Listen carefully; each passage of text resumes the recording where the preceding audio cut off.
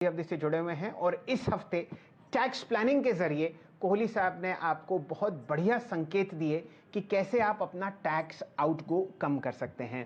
हफ्ते की शुरुआत में आपने चर्चा होते हुए देखी एफएनओ ट्रेड्स पर, उसके बाद कैश काउंटर्स पर चर्चा हुई, इक्विटी डाइवर्सिफाइड फंड्स पर और डेट फंड्स पर कोहली साहब ने अपनी राय व्यक्त करी थी कल।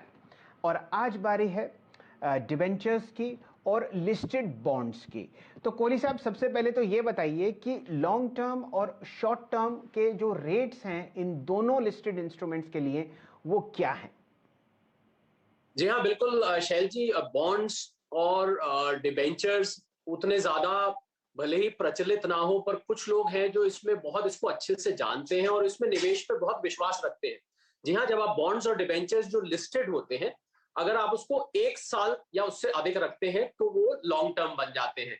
और अगर आप उसको अनलिस्टेड है, अनलिस्टेड में अगर आप उसको 3 साल के बाद रखते हैं तो वो आपके लॉन्ग टर्म बन जाते हैं। इससे कम अवधि में वो शॉर्ट टर्म माने जाते हैं। तो हमें यह ध्यान रखना है कि लिस्टेड वाले में 1 साल, अनलिस्टेड वाले में ये 3 साल रखा गया है। तो पहले तो ये अवधि है, और इनका अगर हम टैक्स रेट की बात करें, लॉन्ग टर्म पे 10% लगता है और शॉर्ट टर्म पे आपके स्लैब रेट में जुड़ जाता है। और अगर वो अनलिस्टेड है तो 20% लगेगा, आप लॉन्ग टर्म रखेंगे, अनलिस्टेड में फिर आपके स्लैब रेट में जुड़ जाता है। स्लैब रेट का अर्थ ये है कि जिस भी टैक्स स्लैब में आप फॉल करते हैं, वही जाके उसकी इनकम उसी के अनुसार, उसी रेट के हिसाब से जुड़ जाए। जी, तो कोहली साहब, एक बात मुझे और आपसे क्लैरिफाई करवानी थी। जैसे बहुत बढ़िया फ़ायदा आप इंडेक्सेशन का होते हुए देखते हैं डेट म्यूचुअल फंड्स में, क्या यही सुविधा लिस्टेड डिबेंचर्स और लिस्टेड बॉन्ड्स पर भी उपलब्ध है? क्योंकि ये भी आपको डेट इंस्ट्रूमेंट्स की तरह काम करते हुए दिखते हैं। जी नहीं, शैलेंद्र जी, बदकिस्मती से डिबेंचर और बॉन्ड्स पर इंडेक्सेशन का बेनिफिट तो नहीं मिलता है। क्योंकि इसलिए हम जब दोनों में कंपैरिजन करते हैं तो हम डेट फंड को थोड़ा सा ऊपर रखते हैं, क्योंकि वहां आपको इंडेक्सेशन का बेनिफिट मिलता है, पर इसमें नहीं मिलता है। और क्योंकि यहाँ पर बॉन्ड डिबेंचर को एक अलग कैटेगरी में रखा गया है और उसको इंडेक्सेशन से बाहर रखा गया है, तो कुल मिला के मैं देखूं तो इंडेक्सेशन का बेनिफिट नहीं मिलेगा। डेट फंड इससे इस मामले में स्कोर कर जाता है।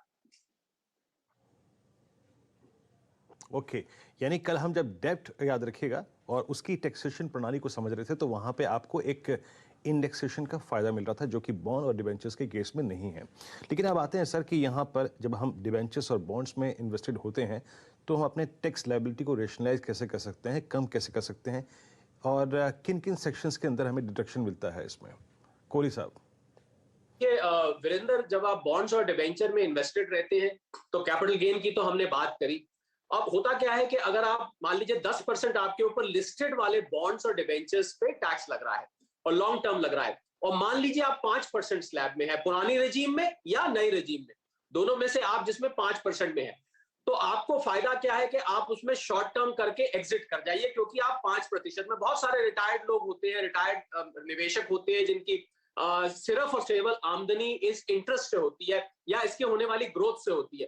तो उनके लिए हम ये सलाह देते हैं कि अगर उनको कैपिटल गेन हो रहा है और 5% में है तो वो एग्जिट कर जाएं।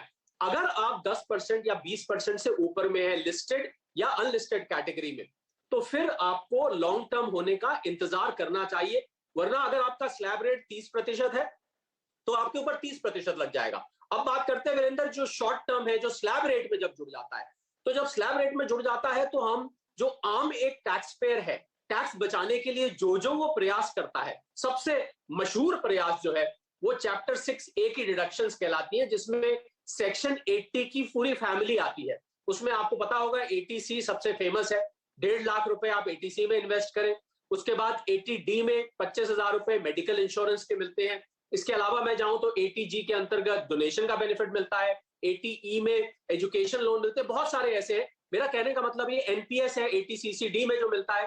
तो कुल मिला के आप 2-2.25 लाख के, तो ये जो मेन है, 80C हो गया, एनपीएस हो गया, और आपका मेडिकल इंश्योरेंस 80D में हो गया। तो आप ये 2.25 लाख रुपए अगर निवेश करते हैं तो आपका करीब करीब, अगर मैं 30% लगाऊं, तो आपका 70-80 हजार रुपए के बीच में सीधा सीधा टैक्स बच जाता है। तो जो लोग शॉर्ट टर्म भी बॉन्ड और डिवेंचर में कैपिटल गेन कमा रहे हैं, उनको निराश होने की बिल्कुल भी जरूरत नहीं है। क्योंकि वो 80C, 80D, 80E, chapter 6A के जितने भी बेनिफिट्स हैं, उनका पूरी तरह से लाभ उठा के टैक्स बचा सकते हैं। तो कोहली साहब, पिछले 5 दिनों से आप हमारे साथ जुड़े हुए हैं और बहुत चर्चा हुई टैक्स को ठीक से प्लान करने की और कम से कम टैक्स आउट को रखने की। अगर आपके पास समय हो तो क्या आप पिछले 5 दिन में ट्रेडर्स के लिए कौन सी 5 ऐसी चीज़ें हैं जो बहुत अहम हैं और कम से कम परेशानी उनको आईटी डिपार्टमेंट के साथ हो, वो कौन से 5 ऐसे अनरिटन रूल्स हैं जो आप दोबारा रिपीट करना चाहेंगे सबके बेनिफिट के लिए?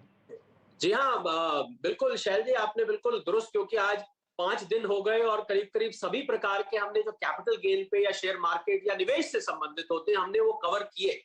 तो उसमें जो 5 चीजें हैं, पहली बात तो अगर कोई भी, क्योंकि आजकल सब फेसलेस असेसमेंट हो गया है और अगर आपके ऊपर पेनल्टी या कोई पेनल इंटरेस्ट लग जाता है तो सारी शैल जी बची बचाई टैक्स सेविंग धरी की धरी रह जाती है, क्योंकि वो सब निकल जाता है उस रूप में।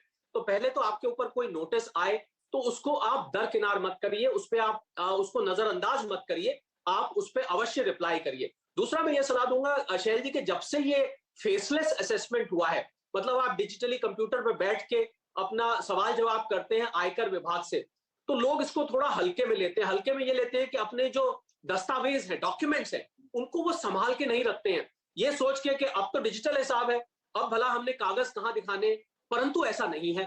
आपको ये कागज कभी भी अपने किए हुए क्लेम्स पर, डिडक्शंस पर, अपने क्लेम किए हुए टैक्स पर, इनकम पर दिखाने पड़ सकते हैं।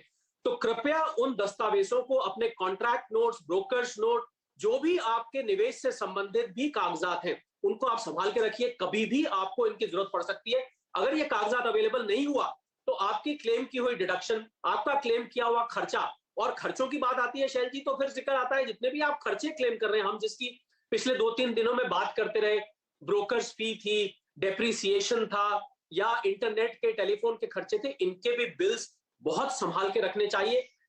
कभी भी आयकर विभाग आपसे मांग सकता है, आपको प्रूव करना पड़ेगा, ओनर्स ऑफ प्रूफ आपके ऊपर रहेगा, तो उनको आप खोए नहीं। नोटिस आए उसको आप इग्नोर मत करें, आप अपना दस्तावेज संभाल के रखें, अपनी रिटर्न वक्त से फाइल करें, एडवांस टैक्स आप टाइम से दें, और अपनी बुक्स ऑफ अकाउंट्स को, ये मैं आखिरी जो सलाह देना चाहूंगा कि अपनी बुक्स ऑफ अकाउंट्स, खासकर जो ट्रेडर्स हैं, उनको वो बड़े तरीके से रखनी चाहिए, अलग अलग कैटेगरी के हिसाब से, इंट्राडे वालों को अलग, F&O वालों को अलग, शॉर्ट टर्म इन्वेस्टर्स के लिए अपना हिसाब रखना चाहिए, लॉन्ग टर्म को रखना चाहिए। तो अगर आप इस तरीके से चलेंगे तो आपके ऊपर कभी भी पेनल्टी या इंटरेस्ट या कोई रूल का वायलेशन नहीं होगा, आपको फालतू पैसा नहीं देना पड़ेगा। वरना जितनी हमने शैल जी टैक्स प्लानिंग करके टैक्स इन 5 दिनों में बचाया, हम नहीं चाहते कि वो टैक्स किसी का पेनल्टी या पेनल इंटरेस्ट के रूप में चला जाए। जी, कोहली साहब, आपका बहुत बहुत धन्यवाद और आभार। आपने पिछले 5 दिन बहुत ही बढ़िया एडवाइस दी और मैं मान के चलता हूँ हमारे ट्रेडर्स, निवेशक, म्यूचुअल फंड होल्डर्स और डेट और डिबेंचर होल्डर्स इसका फ़ायदा उठाएंगे। आइए वापस बाजार से जुड़ते हैं। तेज़ी और